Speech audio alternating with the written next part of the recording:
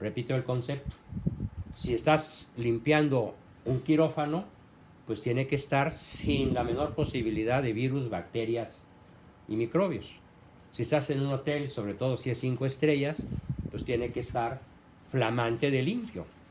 Pero si quieres un hogar, tolera cierta cantidad de mugre y cierta cantidad de desorden. Entonces es un hogar. Porque si rechina de limpio, como taza de la luna de té de la luna de agosto, luego sé a quién le falta un tornillo. Una señora perfeccionista no es una persona equilibrada, ni es una persona que va a generar empatía y capacidad de hacerle a sentir a su prole que es amada, y a su marido menos. Siempre yo tengo algunos pacientes que le dicen así a su mujer: ah, mi señora, la del plumero. ¿Por qué? Siempre anda plumereando.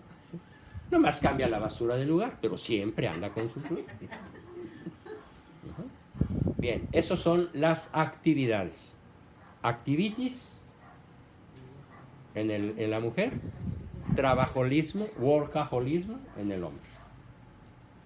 Otra forma de estructurar, ya vimos el trabajo, ya hablamos del trabajo, ya vimos los pasatiempos, ayer hablamos del ocio. A ver, pregunta de repaso. ¿El ocio para qué sirve? ¿Qué se genera en el ocio? La creatividad, el arte, la oración, la cultura, la literatura. ¿Sí? ¿Cuándo surge el ocio en la historia de la humanidad? Algunos autores, como Aristóteles, lo narran. El ocio comenzó en la historia de la humanidad cuando un salvaje, un buen salvaje, de hace 2000, 5000 años, ya no tenía que comer, ya había comido. No tenía que guarecerse de un mamut o de un tigre de dientes de sable, ya lo había matado. No tenía frío, no hacía demasiado calor, no tenía sed, ni tenía necesidad de dormir, ni de descansar. Y sentado en una piedra, en medio del campo, de pronto dijo: ¿qué diablos hago aquí? Pero no se refería a la piedra donde estaba sentada, sino al universo, al planeta, del que se da cuenta que en él existe. Contempla los astros y dice: ¿y quién los creó? ¿De dónde vienen? ¿Quién los puso ahí? ¿Sí? ¿Y por qué el sol calienta? Y si el sol es redondo, la tierra también lo es. Entonces, ¿qué empieza a hacer? Filosofía, teología, religión, ciencia, progreso, descubrimiento, porque ya no tiene necesidades que resolver. Entonces, ¿por qué es tan importante tener una agenda bien estructurada? Para no tener necesidades apremiantes que resolver. Fundamental. Ronald Reagan decía que el hombre debe trabajar nada más 5 horas al día y las demás para precisamente el ocio, creatividad, el divino arte. Sí. Sí. Y mi papá era de la idea de Ronald Reagan, ¿no? Pero hacemos lo contrario. Sí, hacemos lo contrario. Bueno, un comentario importante. En esos momentos, en Europa, ¿cuál es la principal profesión? La más socorrida, la que más los muchachos jóvenes desean estudiar. Se llama licenciatura o maestría o doctorado en administración del tiempo libre. La administración del tiempo libre. ¿Sí? Yo he estado 3, 4 veces en Europa, sobre todo en Francia, en Alemania. Lo más fascinante fue Alemania. En una ocasión llego a una ciudad, en Múnich, me siento a tomar una cerveza a 44 grados a la sombra, esas cervezotas alemanas que se acuerda uno y se antojan, aunque no haga mucho calor. Y llega un alemán de 2 metros de alto, con una computadora en una mano y un teodolito en otra y una cubeta de pintura. Y me dice en inglés, se dirige a mí, Mister, please move. ¿Sí? Yo le contesto en inglés, pero en un tono latino, y me dice, mexicano. Sí, mexicano. Y me habla en perfecto español. Y le digo, ¿cómo un obrero de la industria de la construcción habla tan buen español? ¿Y saben qué me contestó? Porque después de las 4 de la tarde no trabajo, solo estudio. ¿No? Así que nos movimos, eran como las 11 de la mañana, y nos dijo, regresen en 3 horas, a las 2. Voy a pintar una raya de 1 kilómetro. ¿Usted solito? Sí, yo solito. ¿Por qué? ¿A poco en México no pueden hacer un solo obrero una raya de 1 kilómetro? No, le dije, pues no, déjeme averiguar qué se necesita para que en México, en una calle céntrica, se pinte una raya de 1 kilómetro.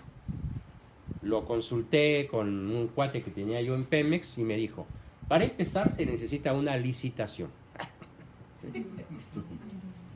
Y total, para no hacerles el cuento largo, cuando el alemán regresa, cuando regresamos al lugar, él ya había terminado la raya, nos enseñó su computadora, le cayeron 140 euros por 3 horas de trabajo. Estamos hablando de el excelente sueldo. Y al terminar, ya que había terminado, nos dijo, los invito al teatro, hay un festival de Mozart. Pero, ¿cómo que nos invita así? Oiga, pero los boletos son caros. Sí, nomás que hay 2 parientes míos que tuvieron un percance automovilístico y no pueden venir. Yo quiero invitar a mis amigos mexicanos y seguir cotorreando con ustedes. Y dijo la palabra cotorreando. ¿Sí? No, bueno, me quedé asombrado, ¿no? Entonces, ¿cómo estructura su tiempo el obrero alemán promedio? Estudiando, leyendo, yendo al teatro, haciendo ejercicio, haciendo deporte, pintando, cantando, escribiendo. Claro, hay una bronca que sucede desde el 2009 para acá, que fue uno de mis viajes más importantes, y es la invasión islámica, pero ese es otro problema. Entonces, la administración del tiempo libre es la carrera mejor pagada ahorita en Europa. Porque hay muchísimo tiempo libre. ¿Y cuánto tiempo libre tenemos nosotros? No hay. O es demasiado poco. Bueno, entonces, siendo el amor tan corto, pues no hay que desperdiciarlo en celos, ¿no?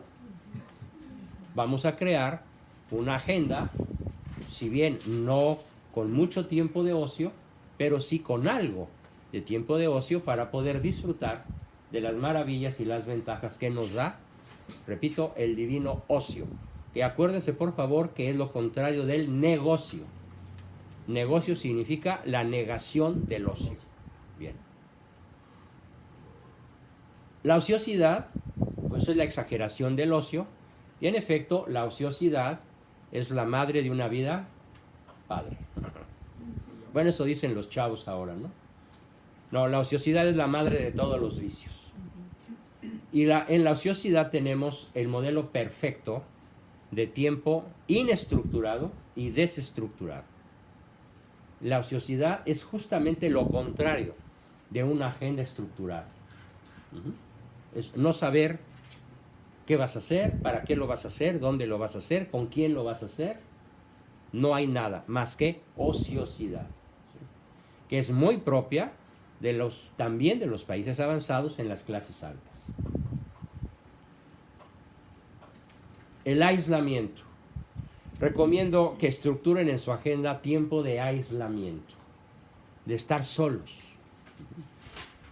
sin ruido, sin tele, sin celular, sin audífonos, sin perrito que les ladre, solos. ¿Haciendo qué? Leyendo. Ni siquiera. Pensando, reflexionando, introspeccionándote, mirándote hacia adentro. ¿Qué siento? ¿Quién soy? ¿Qué pienso? ¿Cómo veo mi vida dentro de 5 años, dentro de 10 años? ¿Qué he hecho de mi vida? Si la prolongo, ¿a dónde voy a ir a parar? sobre todo tomando en cuenta lo que dijimos ayer al comenzar, viviendo con esas dos formas de conciencia que son ineludibles: la conciencia de la propia mortalidad física y la conciencia de la propia inmortalidad espiritual. Solo el aislamiento nos permite el examen de conciencia, el arrepentimiento, la reflexión, la introspección. Hay un señor, Bernard Lonergan, él es un jesuita canadiense, es mi maestro. Bueno, ya se murió hace un par de años.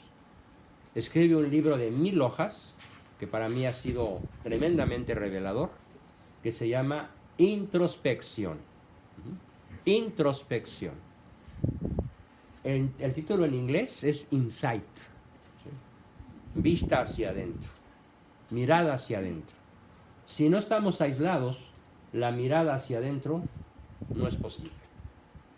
Recomiendo altamente que en su agenda haya 5 minutos al día de aislamiento.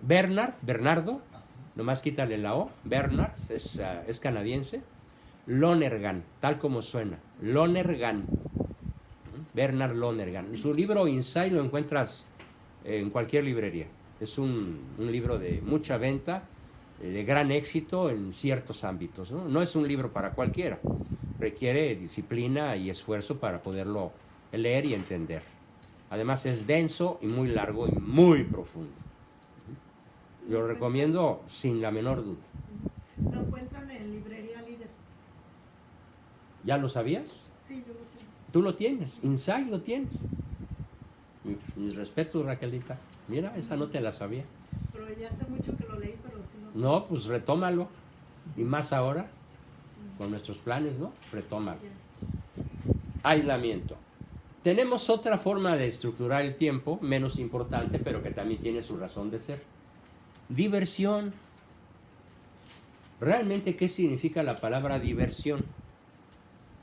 Diversificación. La persona que se divierte, se diversifica. Y tiene una enorme ventaja. Hace descansar zonas cerebrales. Por ejemplo, si has estado leyendo, o pensando, o peleando, o haciendo oración, o durmiendo, o haciendo ejercicio, están en función ciertas zonas cerebrales. Pero si te estás divirtiendo, se apagan todas las zonas cerebrales que estabas usando y empiezan a funcionar las que no tenías conectadas. Eso se llama diversión, diversificación.